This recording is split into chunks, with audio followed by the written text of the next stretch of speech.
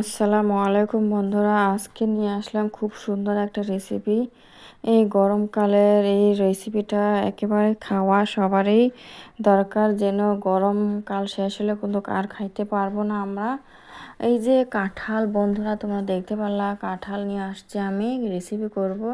এই যে কাঁঠালটা অফ ক্যামেরায় কেটে নিয়েছি আমি বন্ধুরা, অফ ক্যামেরায় কেটে নিয়েছি। এখন আমি রান্না করব এটা। ধুয়ে কীরকম করে রান্না করে চলো সাথে দেখতে থাকো। এই দেখো আমি এটা কিন্তু বসিয়ে দিয়েছি বন্ধুরা, তোমরা দেখতে পাচ্ছ। একটু হলুদ দিয়ে একটু আমি সিদ্ধ করে নিব, কিছু দিনই একটু জাস্ট একটু হলুদ দিয়েছি। এখন আমি এটা সিদ্ধ করে নিয়ে নেব বন্ধুরা।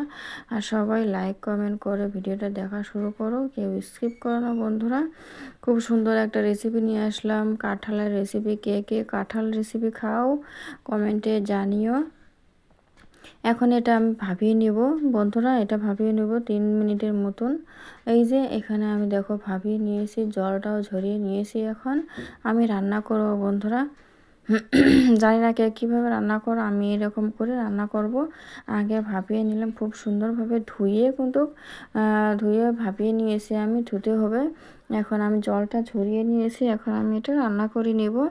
এটাও খুব সুন্দর কোনো ভাপিয়ে নেওয়া হয়ে গেছে, একটু সিদ্ধ হয়ে গেছে।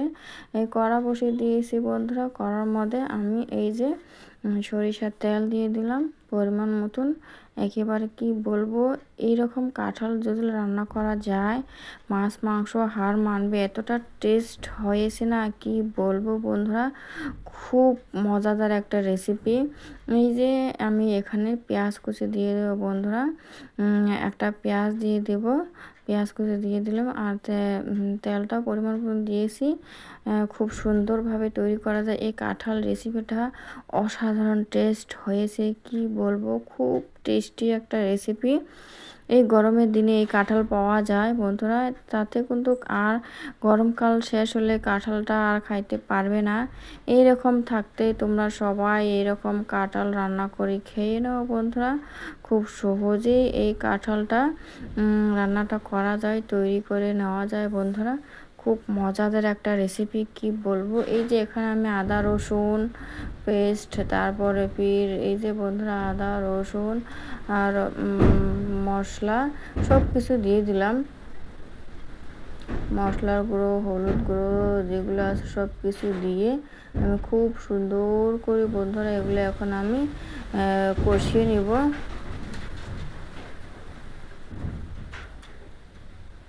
এই যে এখানে সবগুলো দিয়েছি, একেবারে ছোটো এলাচ, বড় এলাচ, দারচিনি সবগুলো দিয়ে নিয়েছি আমি।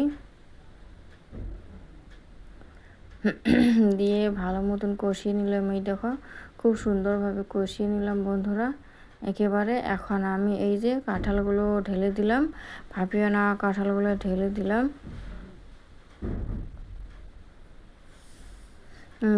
এখন খুব সুন্দর করে নেড়ে চেড়ে নিব, একেবারে খুব সুন্দরভাবে নেড়ে চেড়ে নিব কাঁঠালগুলো। এই যে খুব সুন্দর করে নেড়ে চেড়ে নিচ্ছি বন্ধুরা। একবার হলো এইভাবে তোমরা কাঁঠালটা তৈরি করে খেয়ে দেখো, কি বলবো, অসাধারণ মজাদার হয় এইভাবে রেসিপিটা করলে। এত টেস্টি হয়েছে যে এই কাঁঠাল রেসিপিটা। এই যে ঢাকনা দিয়ে ঢেকে দিলাম। এই দেখো আমি খুব সুন্দর করে কষিয়ে নিচ্ছি কিন্তু বন্ধুরা। এখানে 2টো আলু দিয়েছি, একটু ছোটো ছোটো সাইজ করে কেটে নিয়েছি, বেশি বড় সাইজ করে কাটি নেই। একটা কাঁঠাল দিয়েছি একটা। এখন এই আলুগুলো দিয়ে খুব সুন্দরভাবে কষিয়ে নিতে হবে বন্ধুরা। আমরা মাংস যেভাবে রান্না করি ওইভাবেই কিন্তু একেবারে খুব সুস্বাদু করি এই রেসিপিটা রান্না করতে হয়। এখানে আদা রসুন পেস্ট, তারপরে মরিচ পেঁয়াজ যেগুলো লাগে সব, ছোটো এলাচ, বড় এলাচ, দারচিনি এগুলো সব দিয়ে দিয়েছি। এই যে আর একটু জল দিয়ে দিলাম, দিয়ে এভাবে ফির কষিয়ে নিব কিছুক্ষণ। এটা বন্ধুরা যেত একটু লাহে লাহে কষিয়ে নিব, অতটা টেস্ট কিন্তু কতটা বাড়িয়ে যাবে কাঁঠাল রেসিপির। খুব সুন্দর একটা রেসিপি, খাইতেও খুব টেস্টিও লাগে, খুব মজা লাগে। একবার রান্না করে দেখো, বাড়ির সবাই খেয়ে নিবে কিন্তু বন্ধুরা, কি বলবো, একেবারে অসাধারণ একটা রেসিপি। এই যে এখানে আমি জিরার গুঁড়ো দিয়ে দিলাম বন্ধুরা। জিরার গুঁড়োটা একটু পরে দিয়ে দিলাম, যেন সেন্টটা খুব সুন্দর থাকে, রান্নাটাও খুব সুন্দর ভালো হয়।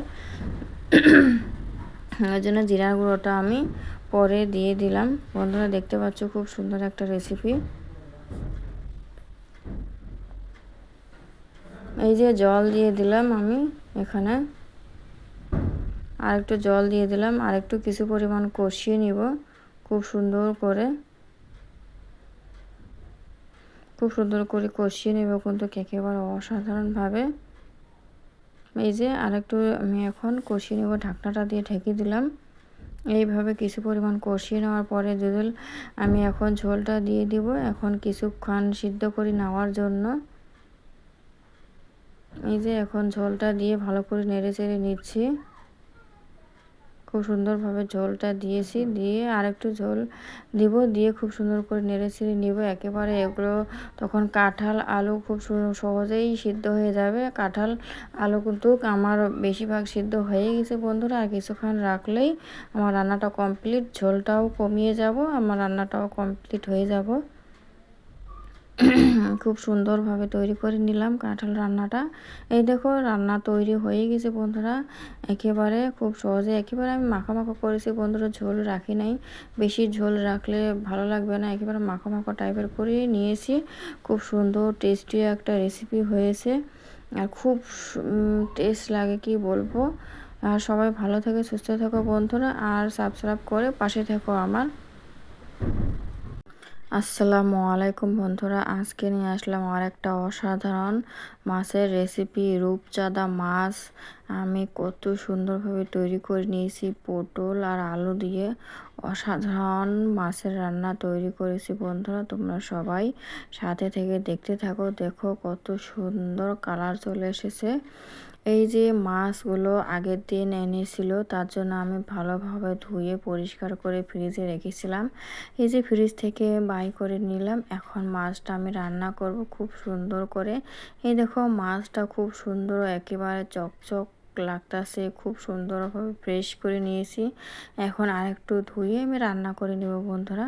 বন্ধুরা সবাই লাইক কমেন্ট করে ভিডিওটা দেখা শুরু করো, কেউ স্কিপ করো না, সবাই সম্পূর্ণটা দেখতে থাকো। কত সুন্দরভাবে আমি পটল আর আলু দিয়ে রান্নাটা করে নিই, রূপচাঁদা মাছ। এই যে পটল আলু কেটে নিয়েছি, কেটে দিয়ে পরিষ্কার করে নিয়েছি খুব সুন্দর, একেবারে জলও ভালোভাবে পাল্টে নিয়েছি 2-3 বার। এখন রান্নার কাজে চলে যাব বন্ধুরা, দেখতে থাকো সম্পূর্ণটা। এই যে কড়াতে সরিষার তেল দিয়ে দিলাম একটু, এখন আমি পটল আর আলুগুলো এই যে বন্ধুরা ভেজে নিব। তোমরা দেখতে থাকো, পটল আলুগুলো একটু হালকাভাবে ভেজে নিব, তাহলে মাছের রান্নাটা অনেকটাই টেস্টটা বাড়িয়ে দিবে। তেলের মধ্যে এখন আলু পটলগুলো ভেজে নিলে অনেক স্বাদ হয় রান্না। এই যে এখানে একটু হলুদ গুঁড়ো একটু লবণ দিয়ে দিলাম, জাস্ট বেশি না। তোমরা চাইলে স্কিপ করতে পারো, দিলে ভালো হয়। এই যে এখানে খুব সুন্দর করে নেড়ে চেড়ে নিচ্ছি। পটল আলুগুলো আমি এখানে 2 মিনিট মতন ভেজে নেব, একটু লালচে লালচে করে বন্ধুরা। জানি না কে কীভাবে রান্না করো, আমি এইভাবে রান্না করে দেখিয়ে দিলাম তোমাদেরকে। পটল আলুগুলো এই দেখো একটু কালার এসেছে, লালচে লালচে হয়ে এসেছে, খুব সুন্দর। এখন আমি এগুলো তুলে নিব বন্ধুরা। এইভাবে একবার হলো রান্না করে খেয়ে দেখো, খুব সুন্দরভাবে। পটল আলু দিয়ে, পটলটা খুব সুন্দর একটা সবজি কিন্তু বন্ধুরা। এই যে এখানে আমি সরিষার তেল দিয়ে দিচ্ছি আবারও, ওই কড়ার মধ্যে দিয়ে একটা পেঁয়াজ কুচি দিয়ে দিলাম বন্ধুরা। পেঁয়াজটা হালকাভাবে একটু ভেজে নিব, বেশি না। আমি এইভাবে রান্না করি, অনেকটাই কিন্তু স্বাদ হয় বন্ধুরা। সবাই একবার হলো এভাবে ট্রাই করো রান্না করার জন্য। এই যে এখানে আমি বন্ধুরা, এখানে মরিচ পেঁয়াজ বাটা নিয়েছি বন্ধুরা। এখানে হলুদ গুঁড়ো দিয়ে দিলাম, সবগুলো পরিমাণ মতন দিতে হবে। কাশ্মীরি লঙ্কার গুঁড়ো দিয়ে দিলাম, লবণ। অনেক টেস্ট হয়েছে রান্নাটা। এই যে এখানে মশলার গুঁড়ো দিয়ে দিলাম বন্ধুরা, সবগুলো কিন্তু পরিমাণ মতনে আছে। এই যে ভালো করে মশলাগুলো কষিয়ে নিচ্ছি আমি খুব সুন্দরভাবে।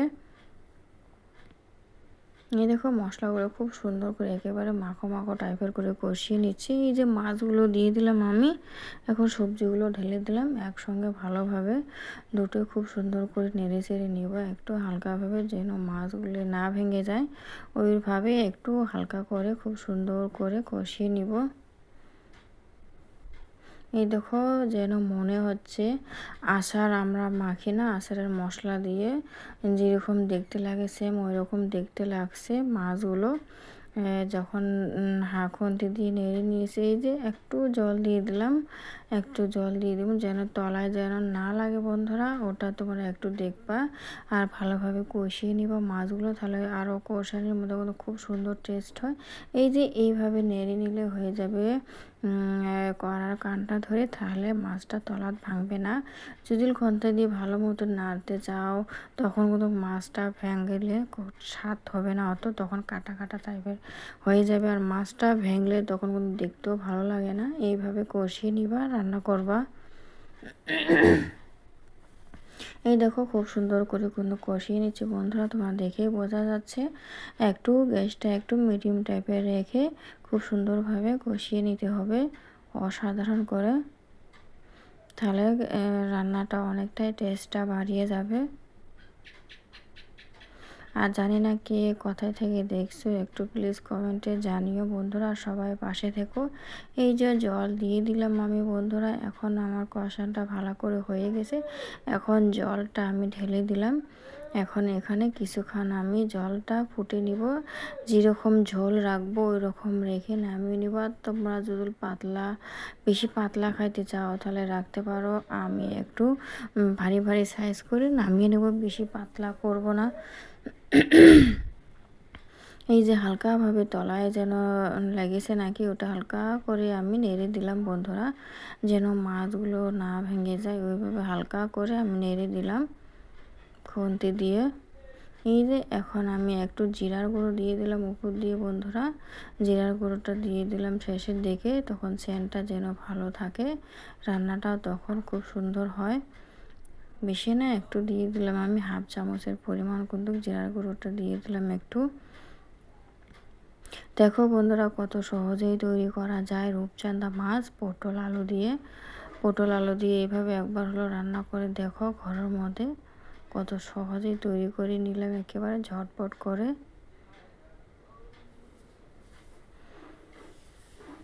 এই যে আমার রান্না কমপ্লিট, দেখো বন্ধুরা কত সুন্দর লাগছে, রান্নাটা দেখে বোঝা যাচ্ছে যে কতটা টেস্ট হয়েছে। এরকম রূপচাঁদা মাছটা অসাধারণ কিন্তু খাইতে হয়েছে বন্ধুরা, কি বলবো।